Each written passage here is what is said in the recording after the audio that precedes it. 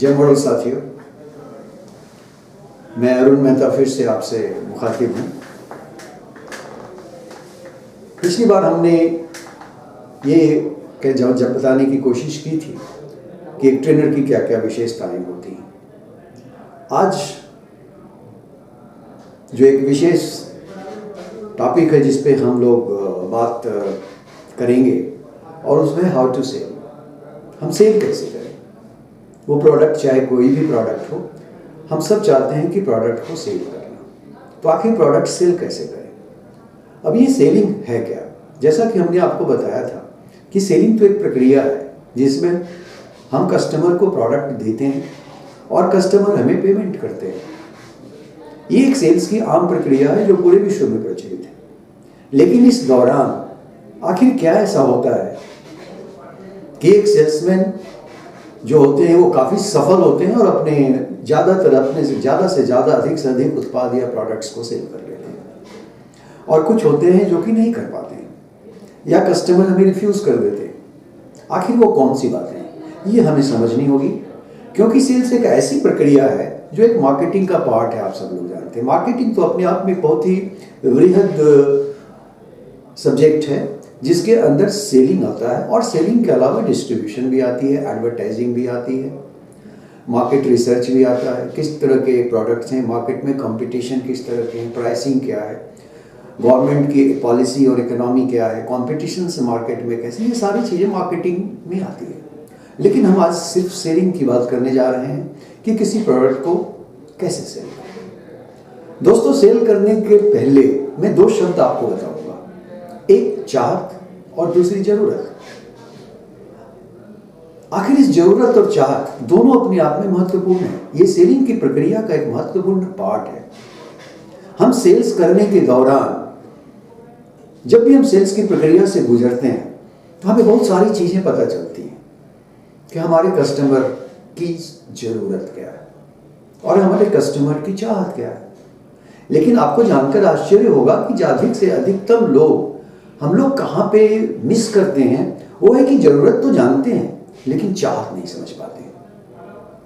और अगर हमने चाहत भी जान ली तो उनकी जरूरत को चाहत में उत्प्रेरित कर दें तो सेल्स की प्रक्रिया बहुत ही इंटरेस्टिंग और आसान हो जाती है और आप एंजॉय करने लगते हैं और किसी भी प्रोडक्ट को सरलतापूर्वक आप सेल करने लगते हैं। कहने का मतलब कि हमें कस्टमर के नजदीक आना पड़ता है। यानी हम ये कहेंगे कि सेलिंग एक ऐसी प्रक्रिया है जिसके दौरान हम भविष्य के प्रॉस्पेक्ट और वर्तमान के कस्टमर दोनों के आवश्यकताएं और साथ में उनकी चाहत को भी समझ लेते हैं। और जब समझ लेते हैं तो चीजें बहुत आसान हो जाती हैं, सेलिंग प्रोसेस बहुत ही आसान हो जाता है। तो इस तरह से ये सेलिंग ये प्रक्रिया है, ये तो आपने समझ लिया। लेकिन इसके बाद सवाल उठता है कि हम कहाँ जाएं। अगर हम अपने प्रॉस्पेक्ट यानी कस्टमर को जानते हैं या नहीं जानते हैं, तो पहली चीज है कि हम नहीं जानते हैं बहुत लोगों को। हम कुछ लोगों को जानते हैं। आपने देखा होगा कि किसी प्रोडक्ट को बेचने के लिए कई बार कहा जाता है कि लिस्ट तैयार करो, और उस लिस्ट में हम क्या करते हैं, ऐसे अगर फार्मा के प्रोडक्ट हैं तो ऐसे डॉक्टर्स या ऐसे रिटेलर्स होते हैं, अगर एफएमसीजी के प्रोडक्ट हैं तो ऐसे जानने वाले हमारे रिटेल शॉप होते हैं, हाजिरी की शॉप होते हैं, या हम जिनको जानते हैं उनकी लिस्ट तैयार करते हैं। लेकिन इसके अलावा भी तो रास्ता है, हम पर्सनली भी मिल सकते हैं, क्योंकि हमें कस्टमर की संख्या को बढ़ाना होगा सेल्स बढ़ाने के लिए।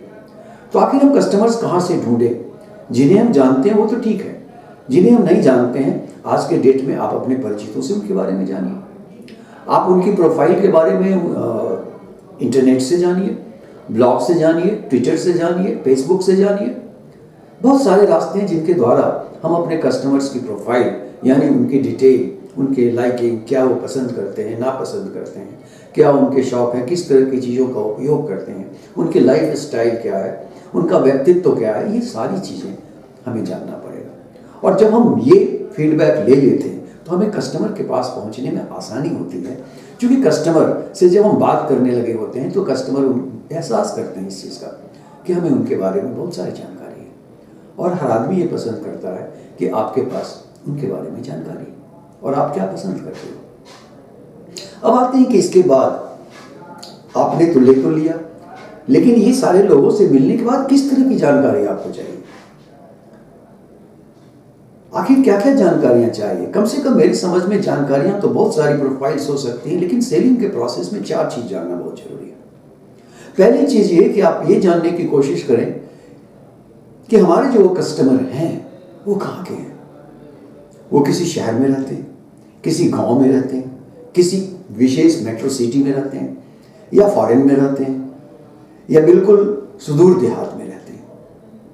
ये जानना बड़ा आवश्यक है। इससे ये पता लगता है कि उनके जीवन स्तर क्या है, उनके किस तरह की उनकी प्रोडक्ट्स उनकी पसंद हो सकती है, उनके सोचने का स्तर क्या है। ये सारी चीज़ें हमें पता लगती हैं और ये महत्वपूर्ण है, क्योंकि हमारे लिए कस्टमर, सभी तरह के कस्टमर महत्वपूर्ण है। दूसरा आता है, आपको डेमोग्राफिक जानना पड़ता है कि आखिर जो कस्टमर के बारे में हम जानना चाह रहे हैं, उनकी मेल है या फीमेल है, उनकी एज क्या है, क्या वो टीनेज है, क्या वो एडल्ट है, या कोई बुजुर्ग है। जब ये जानते हैं तो इसलिए पता चलता है कि उनकी क्या आवश्यकता हो सकती है, क्या नीड हो सकता है, और क्या उनकी चाहत हो सकती है, किस तरह की चीजें वो पसंद कर सकते हैं। इसके अलावा साइकोलॉजिकल इनका लाइफ स्टाइल क्या है। जब हम जान जाते हैं कि हमारे इस पर्टिकुलर कस्टमर इनकी लाइफ स्टाइल ये है, तो उनके खाने का, पीने का, चीजें उपयोग करने का, या वो कहाँ इन्वेस्ट करती है, ये सारी चीजें पता चलती हैं और आपको उनसे इंटरेक्ट करने में, बातें करने में आसानी होती है और उन्हें भी अच्छा लगता है। ये बड़ा महत्वपूर्ण है। 3 चीजों के अलावा और चौथी चीज हमें क्या जानना चाहिए, एक और चीज बहुत ही आवश्यक है, बिहेवियर। उनका व्यवहार कैसा है, वो किस तरह से बिहेव करते हैं, और अगर वो किसी प्रोडक्ट को लेते हैं या यूज करते हैं तो क्या करते हैं, कैसे यूज करते हैं, तरीका क्या है। और अंतिम चीज दोस्तों जो पता करने का है वो है व्यक्तित्व, पर्सनैलिटी। क्योंकि हर व्यक्ति की एक पर्सनैलिटी होती है। अगर आप बहुत लोगों से मिलते होंगे, बहुत सारे कस्टमर से हम मिलते हैं, लेकिन जो स्टार सेल्समैन होते हैं, जो अच्छे सेल्समैन होते हैं, उन्हें इन सब चीज़ों के अलावा जो मैंने बताया, एक और जानकारी होती है अपने कस्टमर के पर्सनैलिटी के बारे में, व्यक्तित्व के बारे में। और वो व्यक्तित्व मैं समझता हूँ 4 प्रकार का होता है। जैसे कुछ तरह के लोग होते हैं वो असर्टिव होते हैं। असर्टिव का मतलब होता है बहुत दृढ़ होते हैं, उनको बॉटम लाइन में विश्वास होता है, रिजल्ट में विश्वास होता है, ये काम करेगा, क्या ये ऐसा है, मतलब वांट्स, जो मैंने बताया, जरूरत, वांट्स पर उनका ज्यादा जोर होता है। आप थोड़ी देर के लिए मैं फिर वापस आता हूँ, नीड और वांट। देखिए, हो सकता है कि हमें जरूरत, आखिर फर्क थोड़ा सा का फर्क है, लेकिन वांट समझना बहुत ही आवश्यक है। हम नीड तो जान जाते हैं कि हमें इस चीज की जरूरत है, लेकिन हम वांट नहीं समझ पाते हैं। तो जब इन सब चीजों के दौरान जो मैंने बताया, एक चीज आती है कि हमें वांट समझने में आवश्यक है। जैसे उदाहरण के लिए हमें एक एलोमोर का जूस चाहिए, ये हमारी जरूरत है, लेकिन हमें एलोमोर का ऐसा जूस चाहिए जिसमें लेमन भी मिला हुआ हो। हमें एलोमोर का ऐसा जूस चाहिए जिसकी स्मेल अच्छी हो। हमें एलोमोर का जूस ऐसा चाहिए जिसमें गाढ़ापन हो। हमें एलोवेर का जूस ऐसा चाहिए जिसकी पैकिंग बड़ी हो। हमें एलोमोर का जूस ऐसा चाहिए जो इकोनॉमिकल हो। ये क्या है? चाहत। एलोमोर जूस सिर्फ एक नीड है, लेकिन इतनी सारी जो बातें बताई गई, ये क्या है? चाहत। जब एज ए सेल्समैन हम इस उनकी आवश्यकता को इसमें कन्वर्ट कर देते हैं अपने प्रोडक्ट के माध्यम से, तो फिर सफलता हाथ लगती है। क्योंकि इसमें हम दोनों संतुष्ट होते हैं, हम अपने प्रोडक्ट्स के बारे में भी और कस्टमर भी हमारे प्रोडक्ट या किसी विशेष सर्विस से बिल्कुल सेटिस्फाइड होते हैं। तो ये 4 चीजें, और व्यक्तित्व पे मैंने जैसा आया था कि 4 तरह के व्यक्तित्व होते हैं। एक मैंने बताया बहुत असर्टिव, जो बटन लाइन पसंद करते हैं, उन्हें रिजल्ट चाहिए। दूसरे वो लोग होते हैं जो कि एक्सप्रेसिव होते हैं, वो अपने बात को, विचार को आपके पास रखेंगे, वो आपसे बातें करेंगे, वो आपको नए आइडियाज देंगे, उनके पास विजन होता है और वो पसंद करते हैं कि आपकी उनके बारे में क्या राय है। इस दौरान भी आप उनके नीड और वांट, यानी उनकी चाहत और जरूरत दोनों को समझ सकते हैं। तीसरे तरह के जो लोग व्यक्तित्व होता है, ज़्यादातर आप देखेंगे कि इस तरह के एक्सप्रेसिव व्यक्ति बहुत ज़्यादा वो व्यक्त करते हैं अपनी फीलिंग्स को, और जब वो अपनी फीलिंग्स को व्यक्त करते हैं तो उनको लगता है कि मैं जो बोल रहा हूँ उसका प्रभाव पड़ना चाहिए, तो आप उसके ऊपर ही बड़ा पॉजिटिव रिएक्शन दे सकते हैं, पॉजिटिव बातें कर सकते हैं।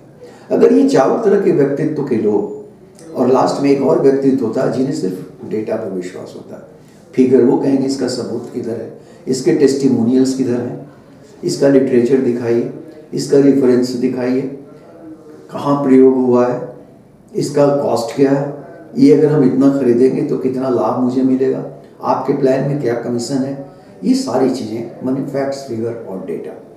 अगर हम इन सब चीज़ों की जानकारी आपके पास ऑलरेडी रहती है और अगर उनके व्यक्तित्व को देखते हुए, उनके एज को देखते हुए, उनके सेक्स में मेल हैं या फीमेल हैं, ये देखते हुए, साथ में वो किस स्ट्रीट में रहते हैं, किस सिटी में रहते हैं, किस शहर में रहते हैं, उनके लाइफ स्टाइल क्या है, किस पोजीशन में है, ये सारी चीज़ों का अगर आप ध्यान रखते हैं तो आपको कस्टमर्स को समझने में और प्रोडक्ट सेलेक्ट करने में बहुत ही आसानी होगी। दोस्तों, प्रोडक्ट सेल करने के पहले ये बहुत ही महत्वपूर्ण है और ये करना बहुत ही आवश्यक है। इससे क्या होगा, आपको कस्टमर की ज़रूरत और उनके चाहत को समझने में आसानी होगी। जिस समय आप चाहत समझ लेंगे, आप समझिए आपके लिए, या स्टार सेल्समैन यही करते हैं, आप अगर कस्टमर के नीड के साथ साथ चाहत को समझते हैं, वांट्स को समझते हैं, वो क्या स्पेसिफिकली चाहते हैं, क्या विशेष चीज़ चाहते हैं, तो आप उनको अपने प्रोडक्ट के साथ कनेक्ट कर सकते हैं और फिर सेलिंग की प्रक्रिया काफ़ी इंटरेस्टिंग हो जाएगी। धन्यवाद, आपने गौर से सुना। फिर हम अगले एपिसोड में आते हैं और उसमें बताएंगे कि हमें और क्या क्या स्टेप्स लेने चाहिए सेलिंग्स में। इसके साथ नमस्कार, थैंक यू वेरी मच।